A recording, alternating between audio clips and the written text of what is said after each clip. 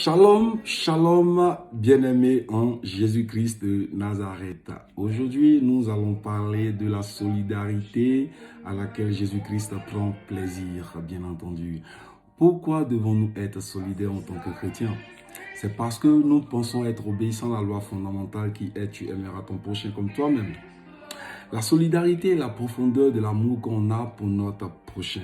Et la sanction de cette obéissance se résume dans le livre d'Ésaïe 58 à partir du verset 8 que nous allons partager ensemble, mais bien avant, bien aimé.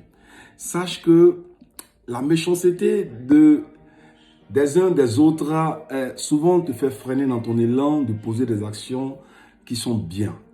Mais je t'encourage, bien aimé. La Bible déclare que fortifie-toi et prends courage. Ne te lasse point de faire du bien. La solidarité est une expression qui découle des profondeurs du cœur de Jésus-Christ. Amen. Parce que lui-même, il est amour.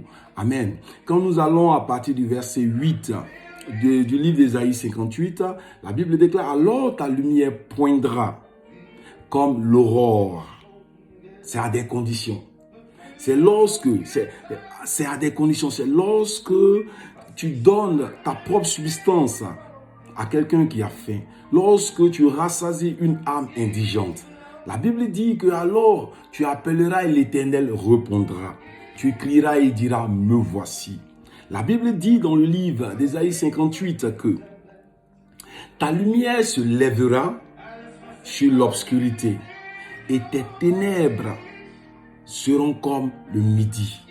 C'est-à-dire même ce que l'ennemi a planifié pour toi dans l'obscurité, que ça soit ton frère. Ne sois pas choqué que ça peut être ton frère, ta soeur en Christ. Celui qui a poignardé Jésus était de son ministère. Amen. Il faisait partie des 12. La Bible dit que seulement quand tu feras le bien, lorsque tu vas éloigner de toi le joug, tu vas te retirer des propos menaçants, des propos injurieux, des gestes menaçants. Amen. La Bible dit que tu vas savourer la grâce de Dieu. Parce que notre intérêt, c'est de bénéficier de la faveur de Dieu. Ces apôtres l'ont demandé, Maître, quel est notre intérêt à te suivre? Il dit, quand je reviendrai, je régnerai avec vous. Notre intérêt d'être obéissant à la parole de Dieu, c'est lorsqu'on sera en difficulté, on criera. La Bible dit, l'Éternel répondra. Amen. Quand tu appelleras, il répondra.